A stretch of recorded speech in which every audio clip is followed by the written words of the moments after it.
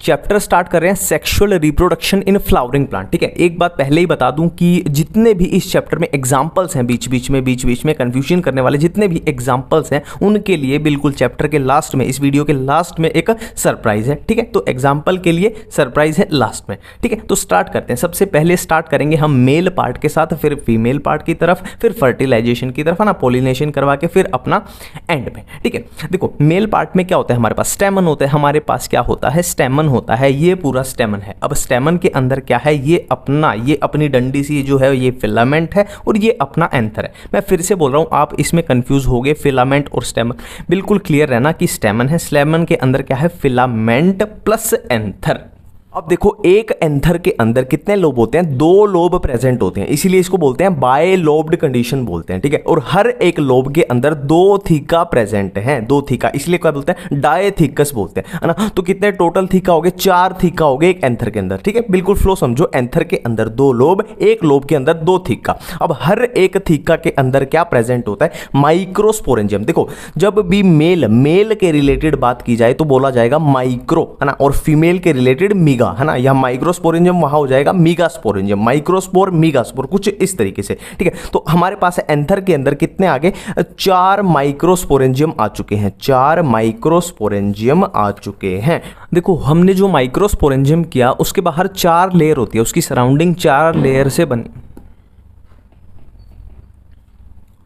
देखो हमने जो माइक्रोस्पोरेंजियम किया, जो उसकी सराउंडिंग होती है वो 4 लेयर की होती है। ठीक है, कौन सी, epidermis, endothecium, middle layer and tapetum. ठीक है, अब epidermis, endothecium and middle layer जो है वो है प्रोटेक्टिव लेयर, और जो टेपिटम है वो है न्यूट्रिशन प्रोवाइड करेगी। वो क्या करेगी, न्यूट्रिशन प्रोवाइड करेगी।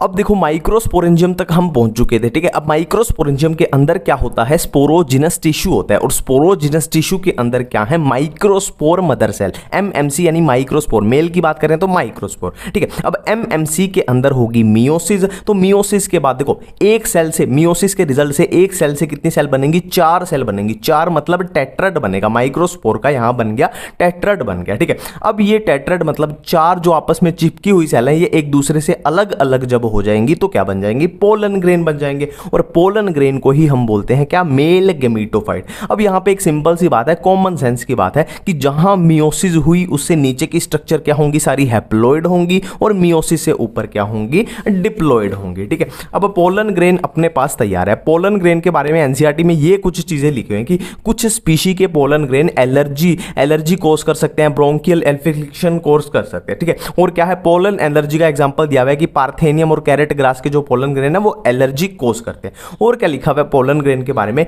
इनको -196 लिक्विड नाइट्रोजन में स्टोर किया जाता है ना। और क्या लिखा हुआ है कि पोलन ग्रेन, कुछ स्पीशी के पोलन ग्रेन न्यूट्रिएंट्स की जैसे भी यूज होते हैं ना, फूड सप्लीमेंट, टैबलेट, सिरप के फॉर्म में फूड सप्लीमेंट, न्यूट्रिएंट के रूप में भी यूज होते हैं। और पोलन ग्रेन की वायबिलिटी की बात की गई है कि कम भी हो सकती है, ज्यादा भी हो सकती है। कम जैसे कि 30 मिनट भी हो सकती है, और कुछ महीने भी हो सकती है। 30 मिनट में एग्जाम्पल एनसीईआरटी में दिया हुआ है राइस एंड व्हीट, और कुछ महीने वायबिलिटी होगी, उसके एग्जांपल है रोजेसी, लेग्यूमिनेसी, सोलेनेसी फैमिली। ठीक है, अब देखो पोलन ग्रेन के बारे में अपने को और क्या याद रखना है। देखो पोलन ग्रेन के बाहर होती है लेयर, पोलन ग्रेन के बाहर होती है लेयर, और उसके अंदर होती हैं 2 सेल प्रेजेंट होती है। तो पहले लेयर के बारे में देख लेते हैं। देखो पोलन ग्रेन के बाहर 2 टाइप की लेयर होती हैं, 2, एक तो आउटर लेयर होगी, एक इनर लेयर होगी। तो आउटर लेयर को बोलेंगे एक्साइन, इनर लेयर को बोलेंगे इंटाइन। जो आउटर लेयर यानी एक्साइन होती है वो किससे मिलकर बनी होती है, वो किससे बनी है, स्पोरोपोलिनिन से बनी है, स्पोरोपोलिनिन। अब स्पोरोपोलिनिन के बारे में याद रखना कि ये बहुत रेजिस्टेंट, बहुत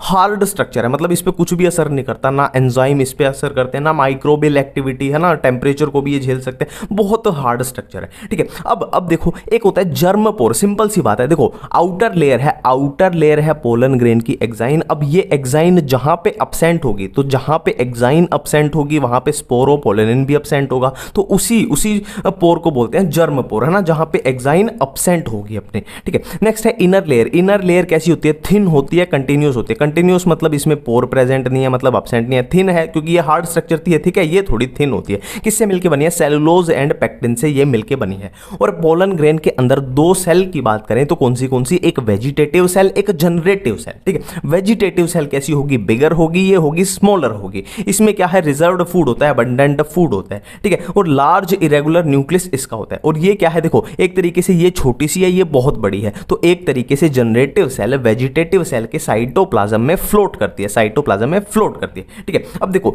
यहां पे दो सेल हैं, पोलन ग्रेन में दो सेल हैं, एक वेजिटेटिव सेल एक जनरेटिव सेल। अब पोलन ग्रेन जब क्या है, मतलब एक तरीके से ये लगा लो रिलीज होता है, तो या तो टू सेल्ड स्ट्रक्चर, या तो टू सेल्ड होगा मतलब एक दो सेल, या थ्री सेल्ड कंडीशन में होगा। थ्री सेल कैसे, जो जनरेटिव सेल है वो डिवाइड करके दो सेल बना देगी, वो डिवाइड करके दो सेल बना देगी, या तो टू सेल्ड कंडीशन में हो गया यानी एक ये, या थ्री सेल मतलब एक ये, और जनरेटिव सेल डिवाइड हो जाएगी दो में। तो टू सेल्ड होगा किसमें, 60% प्लांट्स में, और थ्री सेल्ड 40% प्लांट्स में। अब इसको कैसे याद रखें, देखो 6 इंटू 2 कर दो, 6 इंटू 2 आंसर आएगा 12, 4 इंटू 3 कर दो, 4 इंटू 3 कर दो, आंसर आएगा 12, मतलब आंसर 12 आना चाहिए। अपनी ये कंफ्यूजन दूर है।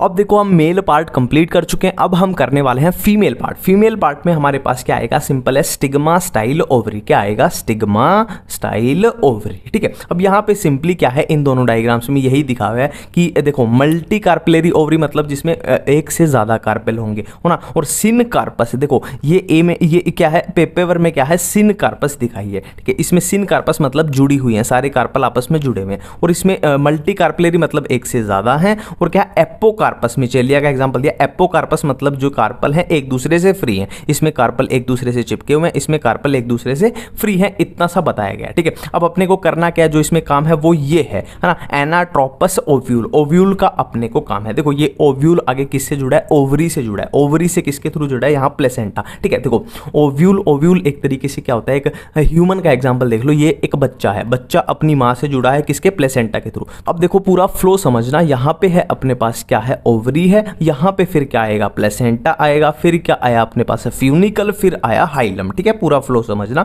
ओवरी प्लेसेंटा, फिर क्या आया फ्यूनिकल, फिर क्या आया हाइलम, ठीक है। ये ओव्यूल है, ठीक है। अब यहां पे ये अपना बीच में क्या है, एम्ब्रियो सैक है, एम्ब्रियो सैक के बाहर क्या है, इंटेग्यूमेंट्स है, जो अंदर की साइड है वो इनर इंटेग्यूमेंट, जो बाहर की साइड है वो आउटर इंटेग्यूमेंट, ठीक है। अब यहां पे दो एंड होते हैं हमारे पास, एक माइक्रोपाइलर एंड आ जाएगा और एक चलाजल एंड आ जाएगा, सिंपल सी बात है, ठीक है। और न्यूसेलस, अब देखो ये पूरा हमें आगे समझ में आएगा कि क्या असल में इसमें होता है, ठीक है। देखो बिल्कुल जैसे हमने उसमें किया था ना, जैसे मेल वाले पार्ट में किया था, माइक्रोस्पोर मदर सेल होती है, ऐसे ही इसमें देखो ये हम पूरा वही देख रहे हैं, अपना ओव्यूल ही देख रहे हैं। ऐसे इसमें क्या होती है, मेगास्पोर मदर सेल होती है, और मेगास्पोर मदर सेल के अंदर क्या हो जाएगी, मियोसिस हो जाएगी। तो हमें एक सिंपल सी बात पता है कि मियोसिस के रिजल्ट से कितनी सेल बनती है, 4 सेल बनती है, 4 सेल बनती है। तो ये अपने पास 4 सेल बन के मियोसिस के रिजल्ट से मेगास्पोर टेट्राड तैयार है। वहां पे क्या बना था, माइक्रोस्पोर टेट्राड, यहाँ मेगास्पोर।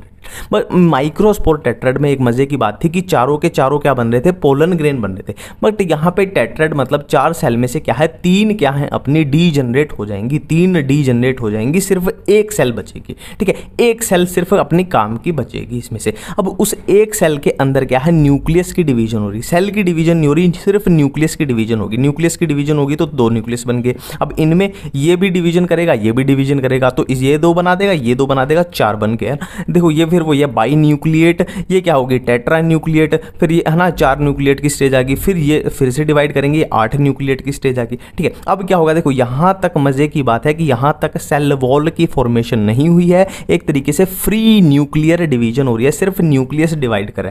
अब यहां पे इन न्यूक्लियस के अराउंड क्या है, सेल वॉल बनने लगेंगी, है ना। हर एक न्यूक्लियस अपनी अपनी सेल बना देगा, हर एक न्यूक्लियस अपनी अपनी सेल बना देगा, है ना। देखो 3 न्यूक्लियस माइक्रोपाइलर एंड की तरफ चले जाएंगे और 3 न्यूक्लियस कहां चले जाएंगे, चलाजल एंड की तरफ जाएंगे। जो माइक्रोपाइलर एंड की तरफ जाएंगे उसमें से 2 न्यूक्लियस बना देंगे, 2 सिनर्जिड्स बना देंगे और 1 बना देगा एग सेल, ठीक है। 3 हो गए जिसने 2 ने बनाई सिनर्जिड, 1 ने एग सेल, और 3 इधर चले गए जिन्होंने क्या बना दिया, 3 एंटीपोडल सेल बना दी, 3 एंटीपोडल, 3 यहां पे हो गए, 3 यहां पे हो गए। अब बचे 2 न्यूक्लियस, तो ये 2 न्यूक्लियस सिर्फ एक ही सेल में प्रेजेंट होते हैं, एक ही सेल में, जिसको हमने बोल दिया बड़ी वाली बीच वाली सेल सेंट्रल सेल, ठीक है। अब यहां पे मजे की बातें क्या है, मजे की बातें हैं कि न्यूक्लियस अपने पास क्या है, 8 न्यूक्लियस प्रेजेंट है, बट सेल कितनी है, 3 + 3 + 1 मतलब 7 सेल 8 न्यूक्लियट है। 7 सेल क्यों है, क्योंकि बीच वाली सेंट्रल सेल में 2 न्यूक्लियस प्रेजेंट हैं, ठीक है। देखो ये बन गई अपनी, देखो ये चलाजल एंड,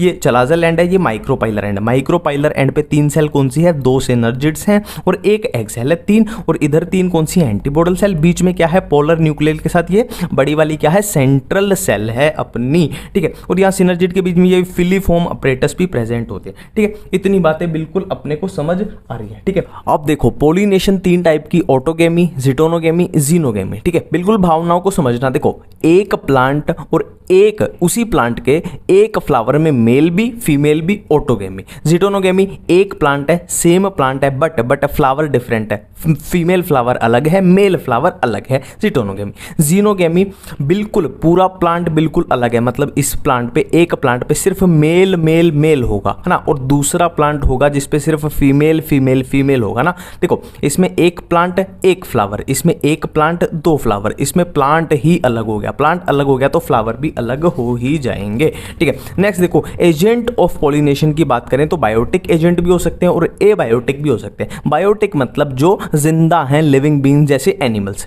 एबायोटिक में क्या आ जाएंगे, विंड, है ना, हवा आ जाएगी, पानी आ जाएंगे। जो एबायोटिक है मतलब जो जिंदा नहीं है, ठीक है। अब एबायोटिक की बात करें तो एबायोटिक में हमने किए विंड आएगी, वाटर आएगा, ठीक है। अब इसमें से भी विंड और वाटर में से भी कौन से कॉमन है, विंड वाला जो एबायोटिक एजेंट है वो ज़्यादा कॉमन है। और विंड के बारे में लिखा हुआ है कि quite common in grass, grasses में कॉमन होती है ना। और क्या है विंड वाले, देखो सिंपल सी बात है, कॉमन सेंस की बात है, विंड वाले जो हवा में उड़ेंगे तो हवा में उड़ने के लिए पोलन ग्रेन क्या है, नॉन स्टिकी होने चाहिए, कहीं चिपकने नहीं चाहिए। लाइट मतलब वो वजन में हल्के होने चाहिए, ठीक है। और इनकी स्टिग्मा मतलब एक तरीके से जो इनका हेलीपैड है वो बड़ा होना चाहिए, बड़ा होना चाहिए क्योंकि उड़ उड़ के आएंगे तो स्टिग्मा पे लैंड करेंगे, और फिदरी होना चाहिए, उनको कैच कर ले, ठीक है। और वाटर वाले क्या है, लिमिटेड टू, इसके बारे में एनसीईआरटी में लिखा हुआ है कि water pollination limited to about 30 genera, mostly monocots में होती है, ठीक है।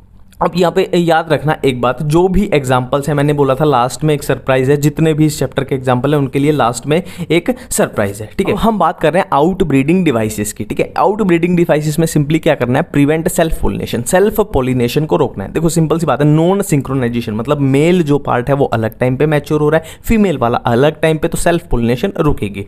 डिफरेंट पोजीशन की जो मेल पार्ट है उसकी बिल्कुल अलग पोजीशन है, फीमेल की अलग है, तो दोनों में मिलन हो नहीं पा रहा, है ना। और ये सेल्फ इनकम्पैटिबिलिटी जेनेटिक रीजन होता है कि जेनेटिक रीजन की वजह से उनका मिलन नहीं हो रहा, ठीक है। यूनिसेक्सुअल फ्लावर की यूनिसेक्सुअल फ्लावर अलग होंगे तो सेल्फ पोलिनेशन रुकेगी। देखो यूनिसेक्सुअल फ्लावर, अब देखो यहाँ पे क्या है, ये बाईसेक्सुअल फ्लावर है और ये यूनिसेक्सुअल फ्लावर है, इधर भी यूनिसेक्सुअल है। अब सिंपल सी बात है, जो यूनिसेक्सुअल फ्लावर है वो सिर्फ ऑटोगेमी को रोक रही है, वो जिटोनोगेमी को नहीं रोकेगी, है ना। देखो ये सेम प्लांट पे यूनिसेक्सुअल फ्लावर है तो ये नहीं रुकेगी, उससे क्या रुकेगी, ऑटोगेमी अपनी रुक रही है, ठीक है। अब एक वर्ड आता है पोलन पिस्टल इंटरेक्शन, ठीक है। इसमें कुछ नहीं है, दामाद जी को घर बुलाना है, ठीक है। अब देखो दामाद जी घर आएंगे तो अपने सही घर आएंगे ना, ऐसा तो नहीं है कि पड़ोसियों के चले गए, इधर उधर चले गए, है ना, जहाँ पे उनकी शादी हुई है, सिंपल सी बात है वहीं आएंगे। तो इसमें भी कुछ ऐसी बात की गई है कि जो मेल पार्ट है ना, मेल पोलन ग्रेन आएंगे, वो जब आएंगे स्टिग्मा के ऊपर तो उनको डिटेक्ट करके, ऐसा नहीं है कि कोई भी पोलन ग्रेन आया और उसको रिसीव कर लिया और आगे का रास्ता दिखाया, नहीं,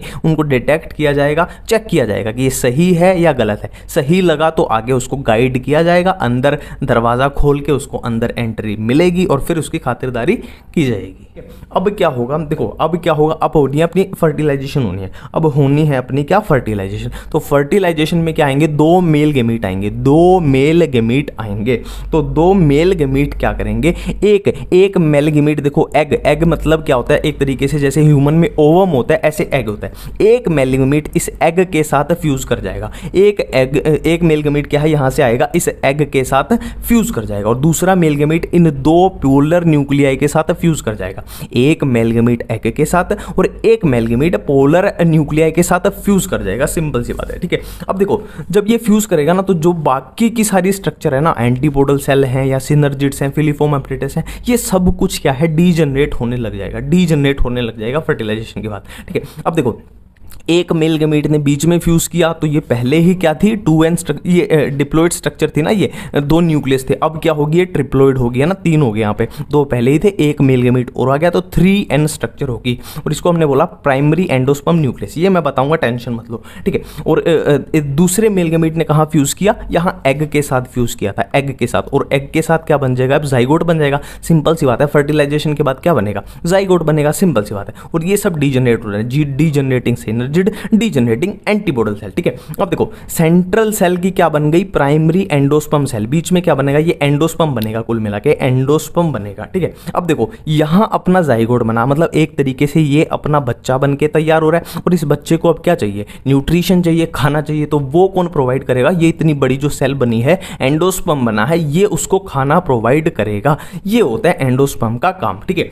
अब देखो बाकी सारा तो डीजनरेट हो रहा है, हमारे पास बचेगा क्या, सिर्फ और सिर्फ जाइगोट बचेगा और उसके पास एंडोस्पर्म बचेगा, ठीक है। अब जाइगोट को खाना कहां से मिल रहा है, एंडोस्पर्म में मिल रहा है। अब इसमें जाइगोट में भी क्या होती है, धीरे धीरे डिवीजन होती है। देखो जाइगोट में डिवीजन के बाद क्या बनता है, एम्ब्रियो, जैसे ह्यूमन में होता है वही कर रहे हैं ना, इसमें डिवीजन हुई, फिर और डिवीजन होगी, ग्लोबुलर एम्ब्रियो बनेगा, फिर और डिवीजन हार्ट शेप एम्ब्रियो बनेगा, ठीक है। फिर क्या है, ये मैच्योर एम्ब्रियो बन रहा है ना, मैच्योर में क्या होगा, फिर कोटिलेडन अपने को नजर आ जाएंगे। अब कोटिलेडन क्या, ये रेडिकल प्लूम्यूल ये दिखेंगे। अब कोटिलेडन अगर एक हुआ तो मोनोकोट, दो हुए तो डाइकोट, सिंपल सी बात है ना, एक हुआ तो मोनोकोट, दो हुआ तो डाइकोट। और मोनोकोट और डाइकोट एम्ब्रियो की मैं आपको बता दूं, ये जो एनसीईआरटी के डायग्राम है इनको डायरेक्ट याद कर लेना, क्योंकि आप पढ़ोगे ना कुछ अलग से नहीं लिखा हुआ, बस ये लिखा हुआ है डाइकोट में दो कोटिलेडन होते हैं, उसमें फिर प्लूम्यूल होता है, ये होता है, ये होता है, कुछ अलग से लिखा ही नहीं हुआ है ना, ये होता है, ये होता है, ये होता है, अब इनके नाम ही लिखे हुए हैं, तो इनको याद कर लेना। एक बात याद रखना कि इसमें मोनोकोट के केस में जो कोटिलेडन होता है, एक कोटिलेडन होता है, उसको स्क्यूटेलम बोलते हैं, ये बातें यहाँ पे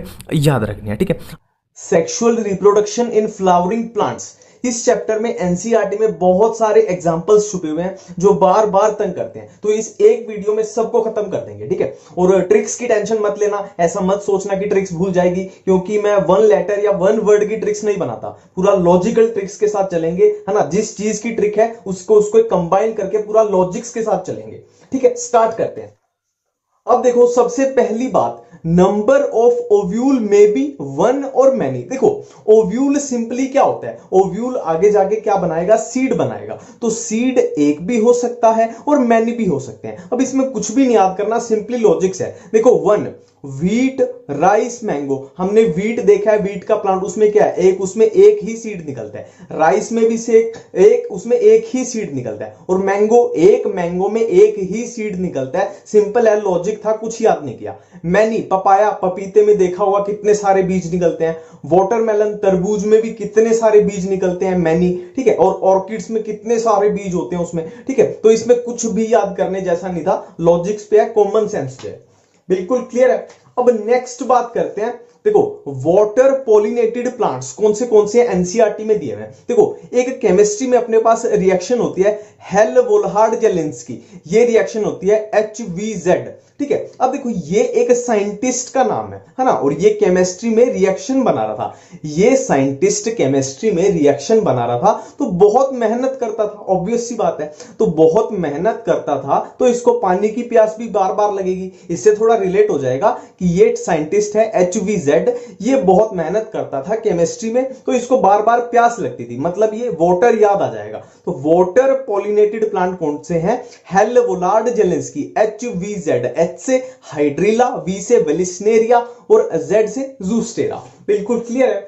अब इसी के रिलेटेड, ये वाटर पॉलिनेटेड के रिलेटेड ही एक है कि ऐसे प्लांट जो हैं तो एक्वाटिक है ना, एक्वाटिक प्लांट है पर उनकी पॉलिनेशन पानी से नहीं होती। ये तो क्या है, वाटर पॉलिनेटेड, पर ये ऐसे प्लांट हैं कि ये एक्वाटिक हैं पर उनकी पॉलिनेशन वाटर से नहीं होती। तो इसको याद रखना, नकाबपोश, इन दोनों को याद रखना, बहुत बड़े नकाबपोश, मतलब इनके नाम में भी वाटर आ रहा है पर ये धोखेबाजी कर रहे हैं। नाम में इनके वाटर है, मतलब इन्होंने वाटर का नकाब लगाया हुआ है, पॉलिनेशन और कहीं से करवा रहे हैं और नाम में अपने वाटर लेके घूम रहे हैं, मतलब ये धोखेबाज है, नकाबपोश, वाटर वाटर से याद रखना, ठीक है, बहुत बड़े नकाबपोश, ठीक है। नेक्स्ट है फॉल्स फ्रूट। देखो जो बार बार झूठ बोलता है, फॉल्स मतलब झूठ, जो बार बार झूठ बोलता है उससे सच उगलवाने के लिए हमें बार बार उससे पूछना पड़ेगा।